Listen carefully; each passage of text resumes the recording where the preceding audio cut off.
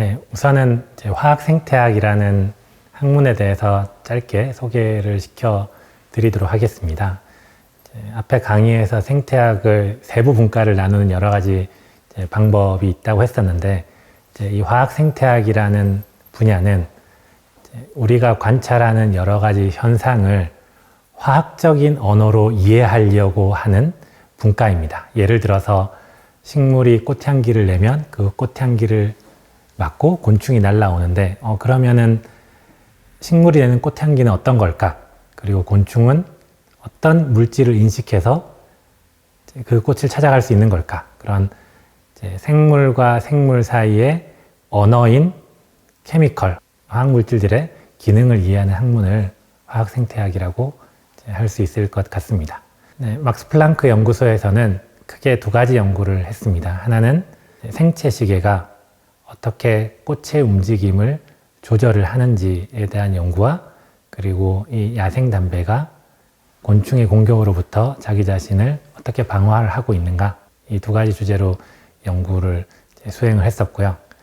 첫 번째 연구 주제로는 야생 담배가 가지고 있는 생체 시계를 일부러 망가뜨려 놓고 이 생체 시계가 망가진 식물을 원래 이 식물이 자라고 있는 자리에다가 갖다 심은 다음에 다른 정상적인 식물과 비교해서 이 생체 시계가 망가진 식물이 보여주는 여러 가지 표현형들을 관찰을 함으로써 생체 시계의 중요성을 밝히는 연구를 수행을 했었고요. 두 번째 식물, 곤충 상호작용에 관한 연구는 곤충이 식물을 먹게 되면 스페셜리스트나 제너럴리스트라고 불리는 이 식물을 특별히 좋아하거나 이 식물만 먹는 곤충이 공격을 했을 때 이 야생 담배가 만들어내는 특별한 방어 물질들이 있습니다. 이 방어 물질들의 기능을 연구를 하기 위해서 앞에서와 마찬가지로 이 물질들을 만들어내지 못하는 식물을 저희가 일부러 실험실에서 제작을 한 다음에 똑같이 정상적인 식물과 이 물질을 만들어내지 못하는 식물을 필드에다가 갖다 심고 그럴 때 이 물질이 없으면 식물이 어떤 표현형을 보이나를 관찰함으로써 그 물질의 정확한 기능을 연구를 하는 실험을 독일에서 수행을 했었습니다. 네, 사실은 유전체 교정 연구단 이름만 들어도 벌써 사람의 질병을 치료하거나 혹은 우리 인간이 좀 더 맛있게 느끼거나 아니면은 좀 더 여러 가지 스트레스에 건강한 농작물을 개발하는 이런 연구를 하는 연구단처럼 느껴지실 텐데요. 실제로 유전체 교정 연구단에서는 사람의 질병을 치료하고 농작물을 개량하는데 잘 쓸 수 있는 유전자 가위, 크리스퍼라는 도구를 개발하는 연구단이었습니다. 그런데 저는 거기에다가 이 유전자 가위를 활용을 하면은 우리가 그 기능을 알지 못하는 물질의 생태적인 역할을 규명할 수 있겠구나라는 생각을 가지고 그 연구단에 참여를 하게 되었습니다. 예를 들어서 앞에 야생 담배와 곤충에 관한 얘기를 많이 해드렸는데, 실제 우리 주변에서 자라는 여러 가지 식물들이 있고, 그리고 그 식물들을 조금만 관찰하면은 그 식물을 먹고 있는 우리나라에서 자라고 있는 곤충들을 발견을 할 수 있게 됩니다. 그래서 그 식물과 곤충의 상호작용을 매개하는 화학물질의 기능을 연구를 하기 위해서 그 화학물질을 만드는 데 관여하는 유전자를 우리가 임의대로 조작하거나 망가뜨려서 그 물질을 만들지 못하는 식물을 제작할 수 있으면은 이 물질의 기능을 알아내는 생태 연구에 굉장히 큰 도움이 되겠다라는 생각을 가지고 유전체 교정 연구단에서 연구를 수행을 하였습니다.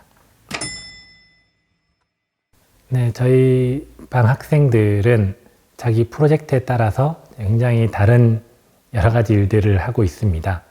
예를 들어서 한 그룹의 학생들은 식물이 어떻게 꽃향기를 만들어서 밖으로 분비를 하는지를 연구를 하는 학생들이 있고요. 또 다른 학생은 식물에 꽃이 열리잖아요. 그리고 닫히기도 하는 너무나 오래 전부터 사람들이 관심을 갖고 어떻게 보면 관찰해 봤던 현상들인데, 이 꽃의 열리고 닫힘을 조절하는 내부적인 유전인자들을 아직 많이 모르고 있는 상태입니다. 그래서 저희는 앞에서 말씀드렸던 그런 유전자 교정 도구들을 활용을 해서 우리가 흔히 관찰하는 꽃의 열리고 닫히는, 그것도 특정 시간에 열리고 닫히는 걸 조절하는 유전자들을 찾는 연구를 하고 있고요. 그리고 앞에서 얘기 드렸던 이제 콩이랑 그 콩을 먹는 톱다리 개멸이 노린재, 이 둘의 상호작용을 관찰한다거나, 어떻게 보면 아직은 이제 우리 스스로도 이게 어떤 실용적인 목적이 있을지 잘 모르는 개구리 밥과 그 개구리 밥을 먹는 바구미, 이 둘의 상호작용을 연구하는 사람들도 있습니다. 다른 일반적인 실험실과는 조금 달리 키우고 있는 식물들도 많고요. 키우고 있는 곤충들도 많이 있습니다. 한 가지 재미있는 거는 여러 다른 생물체들을 다루다 보니까 듣기만 해도 이제 많이 배울 수 있는 게 있다는 것, 장점이 있고요. 조금 단점은 이제 너무 많은 것을 하다 보니까 거기서 이제 뭐 하는지 잘 모르겠다, 뭐 이제 이런 얘기를 듣기도 합니다. 네, 제 욕심 같아서는 되도록이면 많은 학생들에게 너희들은 다 생태학을 잘할 수 있는 자질이 충분히 있어 라고 해서 이 분야에 오기를 권하고 싶지만은 아마 다음과 같은 얘기를 들어보고 내가 생태학에 자질이 있겠구나 판단하는 데 조금이라도 도움이 됐으면 좋겠습니다. 만약 여러분들이 일상생활을 하면서 여러분 주변에서 마주치게 되는 여러 가지 생물들이 여러분의 발걸음을 멈추게 하고 그것들을 보면서 여러 가지 질문들이 마음속에 떠오른다면 이미 굉장히 좋은 생태학자가 될 자질을 가지고 있다라고 할 수 있을 것 같습니다. 많은 대학교에서 학부에서 생태학과를 가지고 있는 과는 없는 것으로 알고 있습니다. 그 이유는 이미 생태학이라는 과목이 융합학문이 되어버려서 그런 것 같습니다. 여러분이 대학교에 가면서 화학에 관심이 있으면은 화학을 배우시고, 일반적인 생물학에 관심이 있으면은 그 생물학을 배우시고, 혹은 경제에 관심이 있으면은 경제를 배우시다가 자기가 가지고 있는 배운 내용이 어떤 특정 생태 현상을 잘 설명할 수 있겠다라는 생각이 드시면은 용감하게 그 분야에 한번 뛰어들어 보시기를 권해드립니다. 그러면은 어떤 하나의 관점에서 하나의 현상을 해석하는 것보다 여러 가지 다양한 관점을 가지고 있는 사람들이 하나의 현상을 해석을 할 때 그 현상이 훨씬 더 우리에게 풍성한 의미로 다가올 것이라고 생각을 합니다.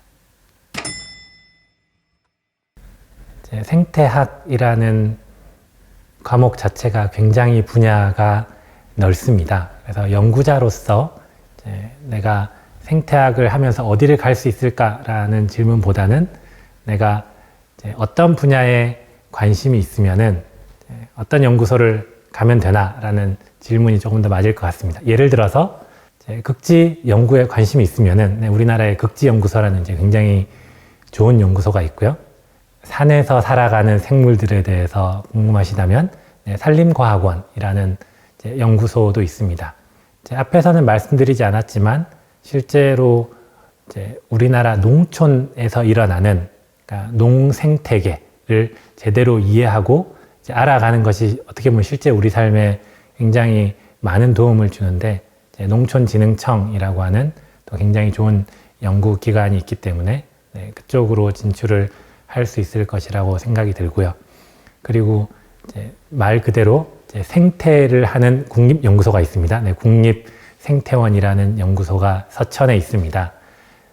여러분들이 생태에 관심이 있다면 꼭 한번 이 연구소를 방문을 했으면 좋겠습니다.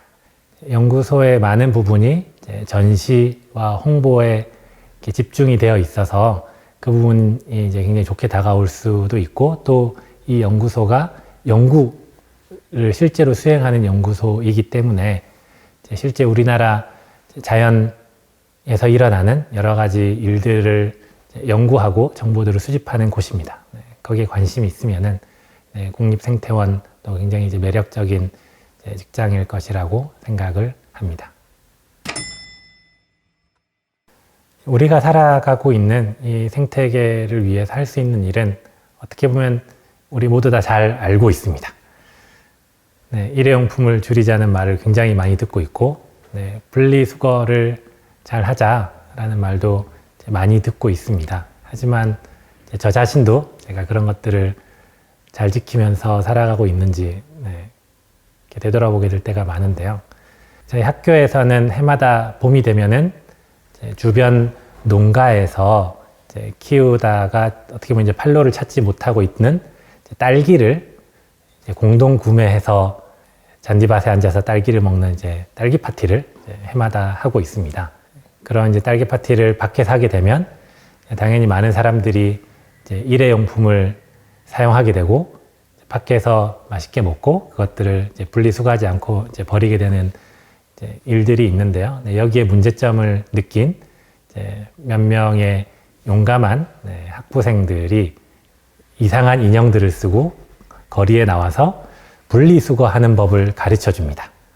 내용은 굉장히 간단합니다. 플라스틱은 어디에, 딸기 꼭지는 어디에, 그리고 음식물은 어디에, 이런 것들을 가르쳐 주는데 그런 거를 몰라서 한다기보다는 우리가 일상생활을 하는데 얼마나 우리 편한 대로 알고는 있지만 우리 편한 대로 그것들을 잘 지키지 못하고 있는가를 한 번 더 일깨워주는 굉장히 좋은 활동이라고 생각을 합니다. 생태학자로서가 아니라 그냥 어떻게 보면 이제는 일반 시민으로서 할 수 있는 그런 간단한 일을 하는 게 이 지구를 그리고 생태계를 건강하게 만드는 것이 아닌가 생각을 합니다. 그리고 생태학자로서는 사실 제 꿈이 우리 주변에서 일어나는 재미있는 일들, 특히 우리가 그냥 무심코 지나가 버려서 잘 알지 못하는 일들을 여러 사람들한테 이야기하고 우리 주변에 이런 재미있는 일이 일어나고 있어 라는 것을 알려주는 게 제 소박한 꿈입니다. 몰라서 우리 주변에서 어떤 생물들이 살아가고 있는지 우리와 같이 살아가고 있는지 잘 모르기 때문에 어떻게 보면은 자연 생태계를 쉽게 생각하고 있는 게 아닌가라는 생각을 가지고 있거든요. 그래서 그런 현상들을 조금 다른 각도에서 바라보고 이야기하고 그것들이 재밌다는 것을 사람들에게 알리면은 조금 더 자연에 대해서 사람들이 관심을 가지게 되지 않을까 생각을 합니다. 제가 하고 있는 연구는 거의 국가의 세금을 받아서 이루어지고 있습니다. 즉, 여러분들의 부모님들이 내고 있는 세금으로 그 세금의 일부를 받아서 제가 연구를 하고 있습니다. 그래서 생태학자로서 이렇게 어떻게 보면 국민의 세금으로 제가 좋아하는 일을 하면서 살아가고 있는 사람으로 제가 공부를 하면서 느끼는 이 기쁨을 되도록이면 많은 사람들과 나누고 싶은 소망이 있고요. 그것이 이런 활동을 통해서나 논문이나 책으로 그런 사실을 알리는 것이, 그런 기쁨을 나누는 것이 제가 생각하는 여러 사람들이 참여해서 자연을 잘 보호할 수 있고 자연을 사랑할 수 있는 길이 아닐까 생각을 합니다.